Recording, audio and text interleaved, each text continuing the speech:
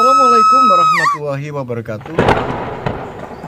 Bismillah, alhamdulillah, wa syukurillah, ala nikmatillah, la haula wa la quwata illa billah, amma ba'du. Pemirsa, ketemu kembali dengan Kelamung Putro.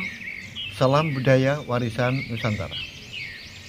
Pemirsa dimanapun Anda berada, di kesempatan ini saya akan melanjutkan keterangan-keterangan saya tentang Menak Jinggo, Pangeran Majapahit yang dikuyo-kuyo. Pemirsa, di kerajaan Majapahit, saat Prabu Hayam Wuruk menjadi raja,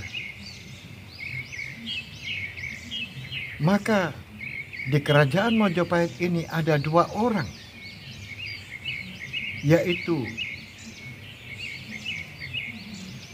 Kusumawardhani, putri dari Prabu Hayam Wuruk, yang dilahirkan dari seorang wanita permaisuri, yaitu Sri Sudewi atau disebut dengan Paduka Sori. Kusumawardhani, putri dari Hayam Wuruk yang menikah dengan Sri Sudewi. Padahal Sri Sudewi adalah anak dari Dyahwiyat. Maka Kusumawardhani adalah cucu dari Dyahwiyat. Kemudian ada seseorang yang namanya Aji Notorojo, atau yang dikenal dengan Bre Wirabumi,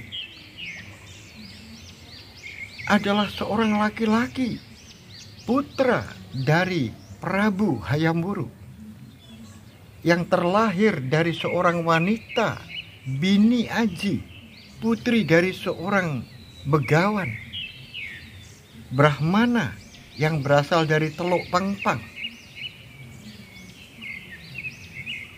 Prabu Hayam Wuruk merasa kebingungan karena idealnya kalau mengangkat seorang pangeran pati yang akan nantinya menggantikan kedudukan dirinya sebagai seorang raja, maka idealnya adalah seorang laki-laki. Tetapi laki-laki Aji Notonegoro, putranya ini lahir dari seorang Bini Aji atau seorang istri selir. Sedangkan ada Kusumawardhani yang lahir dari seorang permaisuri. Sehingga Prabu Hayam Wuruk susah untuk memilih. Idealnya anak yang menjadi raja adalah yang lahir dari permaisuri. Tetapi idealnya juga seorang yang akan menggantikan kedudukan sebagai seorang raja, idealnya adalah laki-laki. Tetapi permaisuri tidak melahirkan anak laki-laki, tetapi melahirkan anak wanita. Sedangkan idealnya yang menggantikan kedudukan sebagai seorang raja adalah laki-laki. Tetapi anak laki-laki Prabu Hayam Wuruk ini terlahir dari istri selir. Oleh sebab itu, di dalam menimbang-nimbang untuk mengangkat seorang pangeran pati,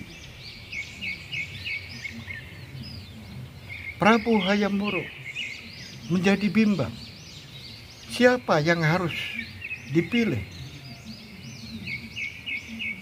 Oleh sebab itu, pemirsa dimanapun Anda berada, karena sebentar lagi akan ada, yaitu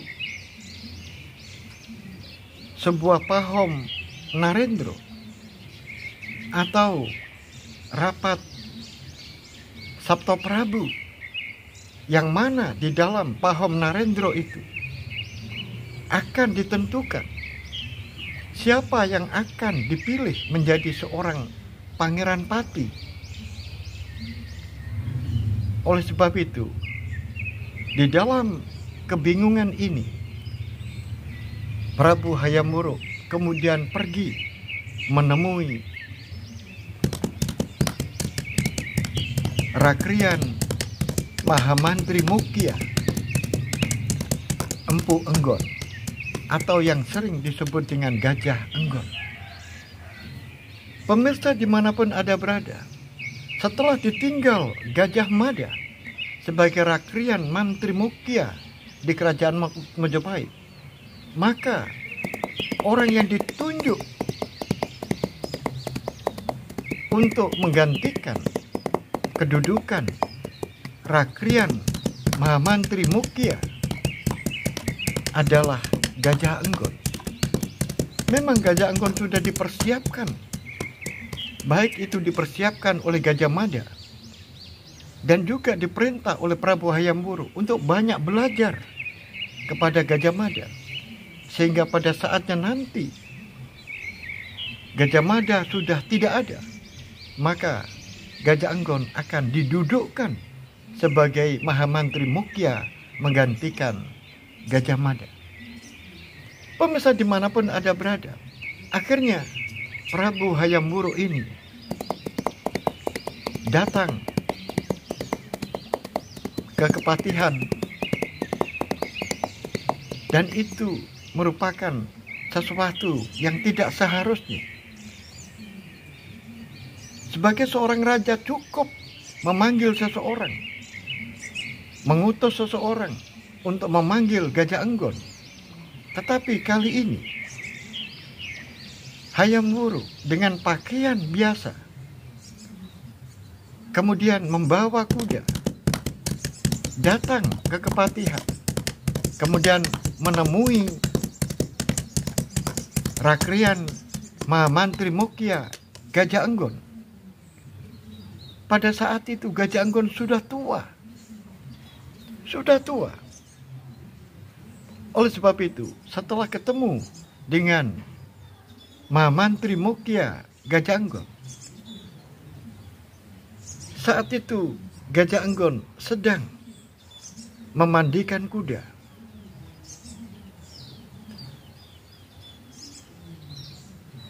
Kemudian dengan tiba-tiba dan tidak disangka kalau akan didatangi Prabu Hayam Wuruk, maka disapanya dari belakang.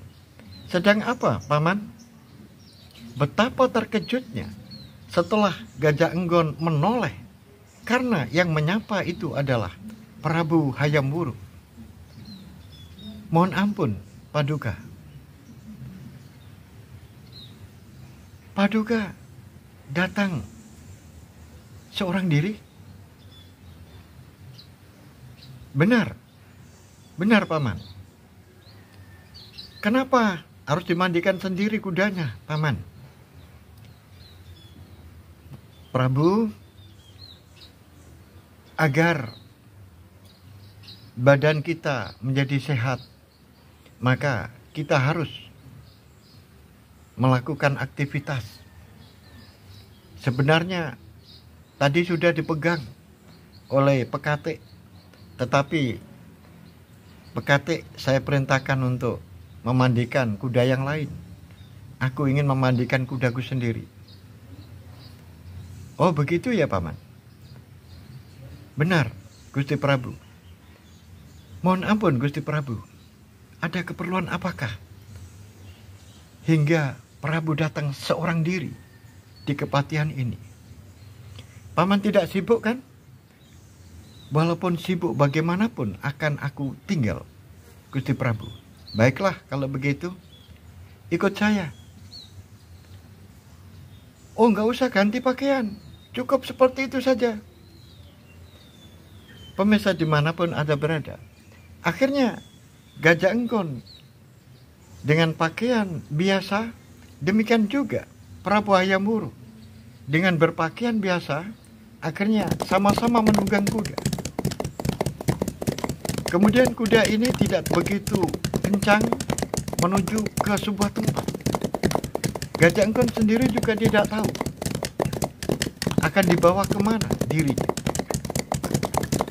Akhirnya setelah sampai di sebuah tempat, di mana tempat ini banyak pohon-pohon besar, kemudian di sana ada batu-batu besar. Akhirnya Prabu Hayam Wuruk dan patihnya ini naik ke batu-batu besar itu. Kemudian mereka berdua duduk bersebelahan. Pemirsa dimanapun Anda berada, Rakrian Mantri Mukya Gajah Enggon tidak akan berbicara apabila tidak ditanya atau diajak bicara oleh Prabu Hayam Wuruk. Paman, sebetulnya paman saya bawa ke sini ini adalah aku minta pendapat, aku minta masukan. Berikan saya masukan, karena sebentar lagi ada Pahom Narendra, yang mana di dalam Pahom Narendra ini akan ditentukan siapa yang akan menjadi Pangeran Pati. Sedangkan paman sendiri sudah tahu bahwa ada 2 orang, yaitu Kusuma Wardani, anakku dari Sri Sudewi, dari Permaisuri, dan juga ada anakku laki-laki yang berasal dari Bini Aji, yaitu Aji Noto Rojo atau Bre Birabumi. Aku bingung, paman.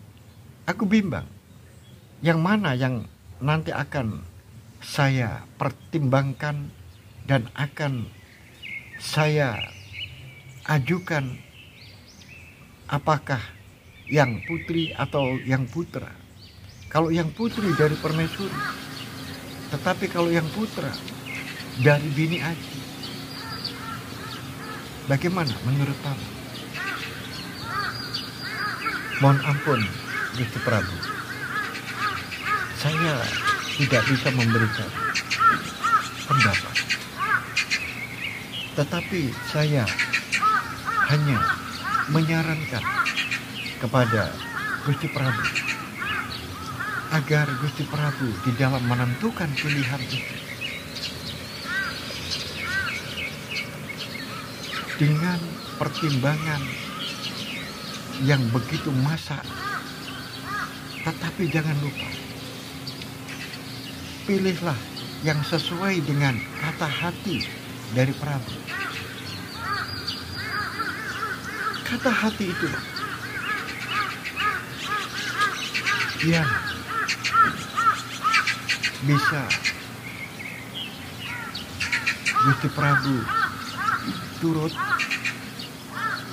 agar di dalam perjalanan ke depan Gusti Prabu tidak menyesal. Begitu ya, paman? Benar. Karena kedua-duanya, kalau berdasarkan pertimbangan-pertimbangan, maka sama-sama kuatnya. Karena di kubu yang mendukung Kusuma Wardani pasti akan mengatakan 2 hal yang kuat. Alasan yang pertama adalah lahir dari Permaisuri. Kemudian alasan yang kedua, sebuah contoh bahwa di kerajaan Mojopahit ini pernah dipimpin oleh raja wanita, yaitu ibu dari Paduka. Sri Gitarja Tribono Tunggadewi bahkan menjadi raja kembar, yaitu memerintah bersama-sama dengan saudara putrinya, yaitu adik dari ibu Gusti Prabu, yaitu Dyawiyat Rojo Dewi. Sehingga dengan alasan itu maka terbantahkan bahwa putra laki-laki itu adalah ideal untuk diangkat menjadi seorang pangeran pati. Sehingga secara hitungan maka kubu yang untuk mengangkat Kusumawardhani menjadi pengganti dari Prabu Hayam Wuruk, maka dia memiliki sebuah alibi yang sangat kuat. Oleh sebab itu, aku sarankan sekali lagi kepada Gusti Prabu, pilihlah yang sesuai dengan kata hati dari Gusti Prabu. Demikian Gusti Prabu. Paman, aku kadang-kadang juga ingat Paman lebih dekat daripada ayah saya, yaitu Raden Cakradara. Saat itu aku ingat Paman menghadap kepada saya 11 tahun yang lalu.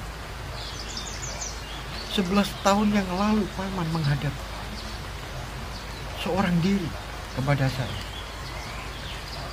Kemudian Paman mengajukan sebuah nama sebagai pengganti dari Dyah Pitaloka Citraresmi. Kemudian aku mengatakan tidak ada wanita yang bisa menggantikan posisi Dyah Pitaloka Citraresmi di hati saya. Paman saat itu mengatakan bahwa untuk memilih seorang permaisuri, maka seorang raja harus mempertimbangkan banyak hal. Tidak boleh dengan wanita-wanita sembarangan. Aku masih ingat Paman pada waktu itu. Akhirnya Paman menyuguhkan sebuah nama, yaitu Sri Sudewi. Aku saat itu, karena dalam posisi aku masih kebingungan, sehingga aku tidak sempat bertanya kepada Paman, apakah ketika Paman menghadap kepada saya, itu merupakan ide secara pribadi Paman, ataukah ada seseorang yang mengutus Paman untuk mempengaruhi saya? Mohon ampun Gusti Prabu, apakah saya ada keberanian kalau tidak diperintahkan? Maksudnya Paman diperintahkan oleh bibi saya, yaitu Dyawiyat. Begitulah Gusti Prabu. Apakah disampaikan kepada Paman apa alasan bibi saya untuk menjodohkan saya dengan saudara sepupu saya? Karena saat itu saya tidak bisa menerima, dan sampai sekarang pun saya tidak bisa menerima Paman. Sehingga saya beristrikan Sri Sudewi itu karena keterpaksaan. Coba sampaikan kalau ada yang disampaikan oleh bibi saya, apa yang menjadi alasan? Mohon ampun Gusti Prabu, setiap orang di Mojopahit ini impian seorang wanita di Mojopahit ini adalah bisa disukai, dicintai, dan menjadi istri dari seorang raja, sehingga posisinya, kedudukannya bisa menjadi seorang permaisuri. Itu adalah harapan dan dambaan semua wanita yang ada di kerajaan ini, termasuk pandangan itu ada pada pikiran dari Bibi Paduka, yaitu Dyahwiyat Rojodewi. Dan yang kedua adalah karena bibi dari Prabu, yaitu Dyahwiyat Rojodewi, ini termotivasi oleh sebuah ramalan yang diramal oleh mendiang dan Acarya Dharmaraja, yaitu Dharmadiaksa Kasaiwan, pimpinan agama Hindu. Disampaikan oleh Dyahwiyat bahwa putrinya nanti yang namanya Sri Sudewi akan menjadi seorang wanita yang paling terhormat di kerajaan Mojopahit ini. Oleh sebab itu tebakannya adalah dia akan menjadi seorang permaisuri. Nah, dengan latar belakang itu, dengan motivasi itu, Gusti Prabu akhirnya Bibi Paduka Dyahwiyat Rojodewi akhirnya bertemu dengan ibu Gusti Prabu, yaitu Tribhuwana Tunggal Dewi, dan disambut dengan baik oleh ibu Prabu, dan juga disambut baik oleh Raden Cakradhara, ayah Prabu. Nah, oleh sebab itu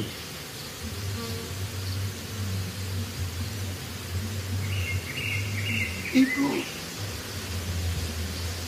yaitu Sri Gitarja Tribhuwana Tunggal Dewi, dan ayah dari Gusti Prabu, yaitu Raden Cakradhara, termasuk bibi Prabu, yaitu Dyahwiyat, dan suaminya Raden Kudamerta tidak berani untuk menyampaikan maksudnya ini kepada Paduka Prabu. Oleh sebab itu,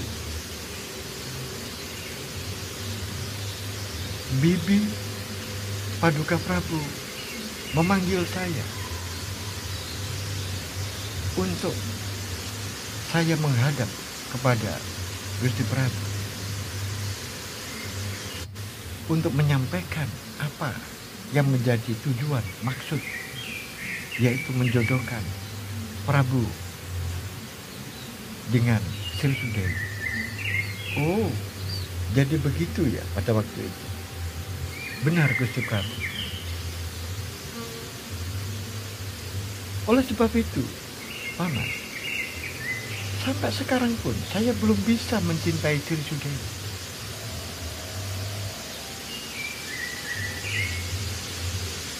Kemudian pada waktu itu,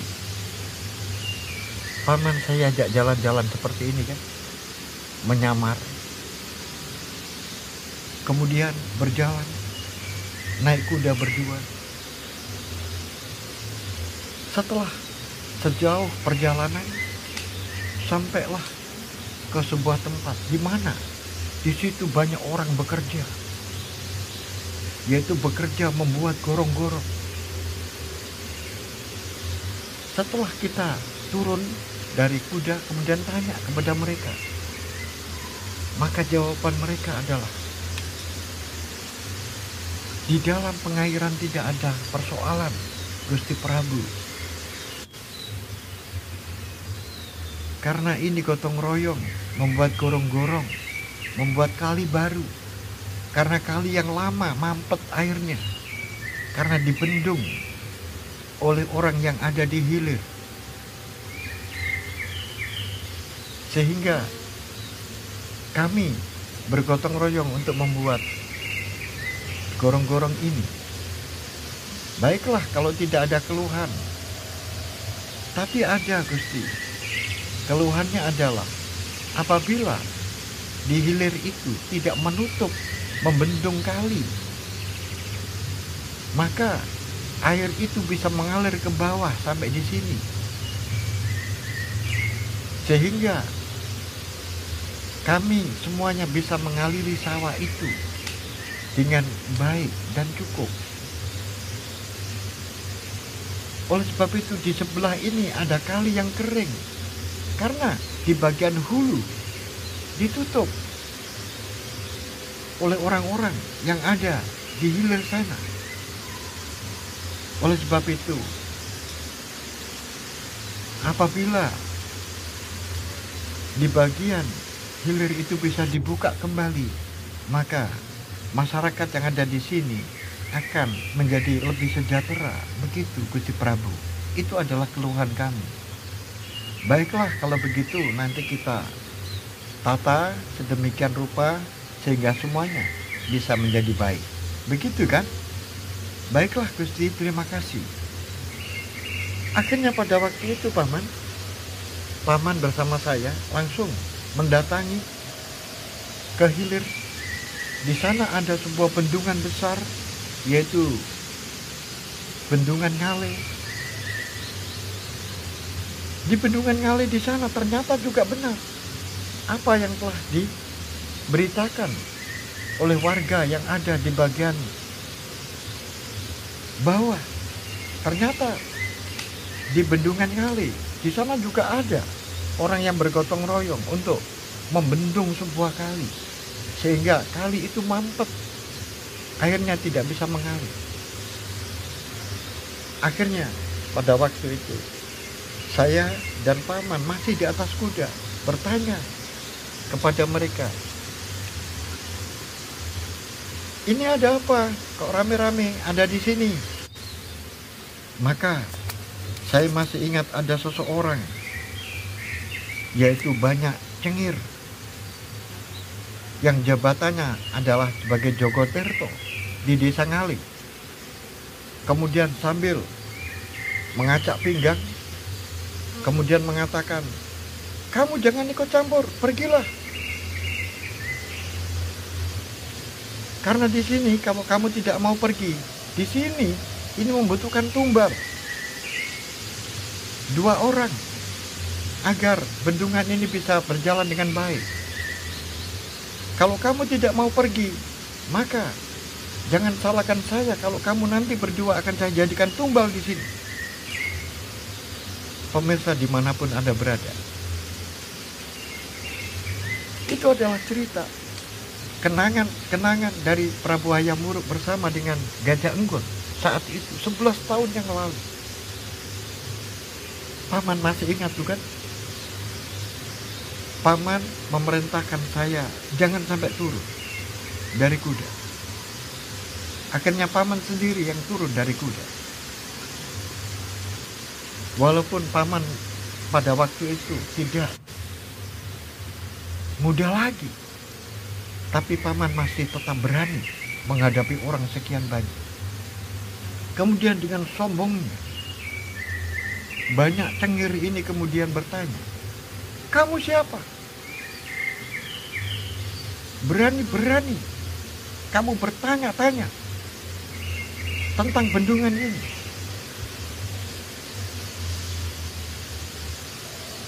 Akhirnya Paman menghadapi. Aku cuma bertanya bahwa kalau bendungan ini kamu buat, kali ini kamu buat bendungan, sehingga airnya kan tidak bisa mengalir ke bawah. Bagaimana dengan dusun-dusun yang ada di bawah sana? Akhirnya mereka tidak kebagian air kan? Nah, ini perbuatan yang gak baik. Gak baik bagaimana? Di sini masih membutuhkan air juga. Di sana ada pembukaan lahan-lahan baru. Di sana butuh air. Makanya di sini saya bendung supaya airnya bisa mengalir ke sana. Boleh-boleh saja kamu mengatur seperti itu. Tetapi tolong jangan dibendung. Maka berikan air itu supaya bisa tetap mengalir ke bawah. Lihat, sungainya kan kering sekarang. Kamu terlalu banyak ngatur di sini. Kamu siapa? Pergi dari sini.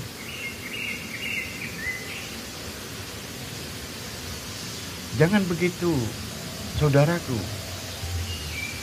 Karena ini semuanya pasti tidak berkenan. Siapapun tidak berkenan. Karena ini merugikan orang lain. Siapa yang berkenan? Hadapi saya. Pemirsa dimanapun Anda berada. Demikian cerita antara Prabu Hayam Wuruk dengan Gajah Unggur bernostalgia. Paman, saat itu aku melihat paman tidak takut sama sekali. Padahal orang yang mengepung paman lebih dari 25 orang. Akhirnya paman mengatakan, bagaimana kalau yang tidak berkenan itu adalah Raden Tetep? Raden Tetep? Siapa Raden Tetep? Suruh ke sini. Kamu belum tahu Raden Tetep? Raden Tetep itu adalah seseorang yang pandai mendalang. Sehingga di dalam membawakan lakon-lakon wayang, maka Raden Tetep ini dijuluki yaitu Dalang Tirtoraju.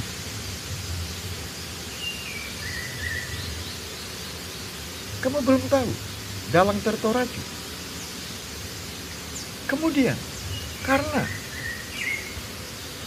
Raden Tetep ini memiliki wajah yang tampan, oleh sebab itu wanita-wanita yang ada di kota raja sana banyak yang tergila-gila. Oleh sebab itu orang ini, Raden Tetep ini mendapatkan julukan Sang Pager Antimun. Belum cukup, dia juga memiliki nama panggilan Janesworo.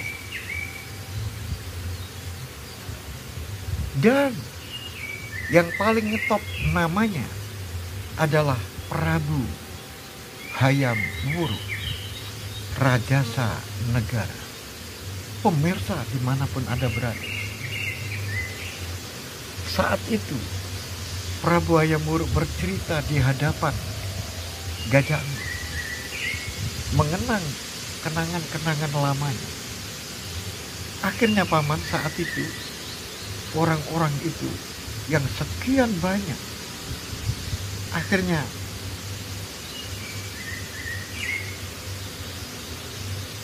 semuanya menangis dan memohon maaf. Iya, tapi aku suka pada waktu itu Prabu menyampaikan seperti ini. Baiklah, kalau begitu aku akan mengampuni kamu. Tetapi saya tunggu di Teratak Manguntur sampai sore. Apabila sore nanti kamu tidak sampai menghadap semuanya, tidak terkecuali penduduk sini harus datang ke sana, semuanya yang laki-laki, untuk menyampaikan permasalahan ini di Teratak Manguntur. Apabila kamu sampai sore saya tunggu tidak datang, maka esok paginya desa ini akan saya jadikan abu pemirsa dimanapun Anda berada, itu merupakan sebuah kenangan dari Gajah Enggon dan Prabu Hayam Wuruk. Begitu ya Paman? Benar, Prabu begitu saat itu masih muda. Setelah Prabu menyampaikan itu, tidak pakai mengulang, langsung berbalik arah, langsung memacu kuda. Dan saya pun ikut di belakang. Benar, saya masih ingat benar Gusti Prabu. Akhirnya Paman pada waktu itu saya ajak ke sebuah tempat. Kemudian Paman saya tunjukkan, wahai Paman, di balik dari bendungan Ngali ini, maka di sana ada bendungan Cenggarit. Oleh sebab itu, Paman, ayo kita ke sana. Setelah sampai di sana, maka Paman saya ajak berhenti, kemudian saya ajak duduk sebentar, kemudian aku bercerita, kan? Paman, di sini ini ada seseorang yang merupakan titisan dari Dia Pitaloka Citoro Resmi. Pada waktu itu Paman terkejut, bukan? Tentu saja pada waktu itu Paman sangat terkejut, karena baru 11 tahun peristiwa itu. Masih 11 tahun. Kemudian aku berpikir, kalau itu titisan, berarti anak ini kira-kira masih baru lahir atau masih kecil. Kemudian Gusti Prabu melanjutkan, kalau tidak boleh dikatakan titisan, Paman, aku mengatakan bahwa wanita yang saya temui ini adalah orang yang sangat mirip dengan Dia Pitaloka Citoro Resmi. Sehingga aku terus terang pada Paman, aku menyukainya. Baiklah kalau begitu, tidak ada salahnya kalau Gusti Prabu menyukai wanita lain. Ingatlah eyang dari Gusti Prabu,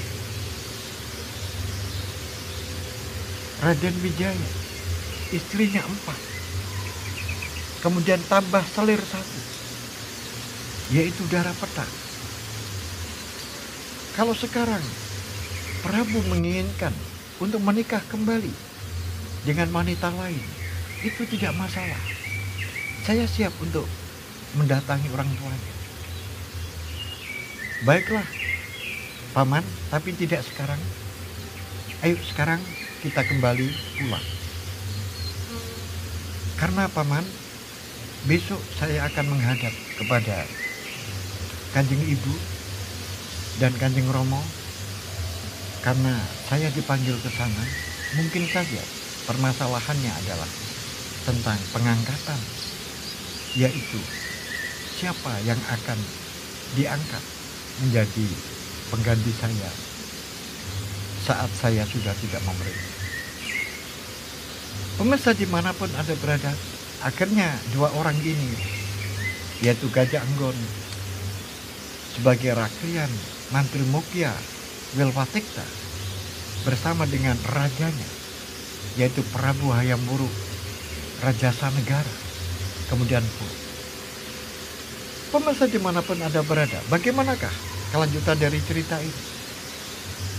Bagaimanakah nanti perdebatan yang ada di Pahom? Dan bagaimanakah nanti Prabu Hayam Wuruk setelah dipanggil orang tuanya, apakah benar akan ditanyai tentang hal itu? Dan kemudian dari pihak ayahnya atau ibunya, orang tuanya, Prabu Hayam Wuruk ini, Mendukung siapa?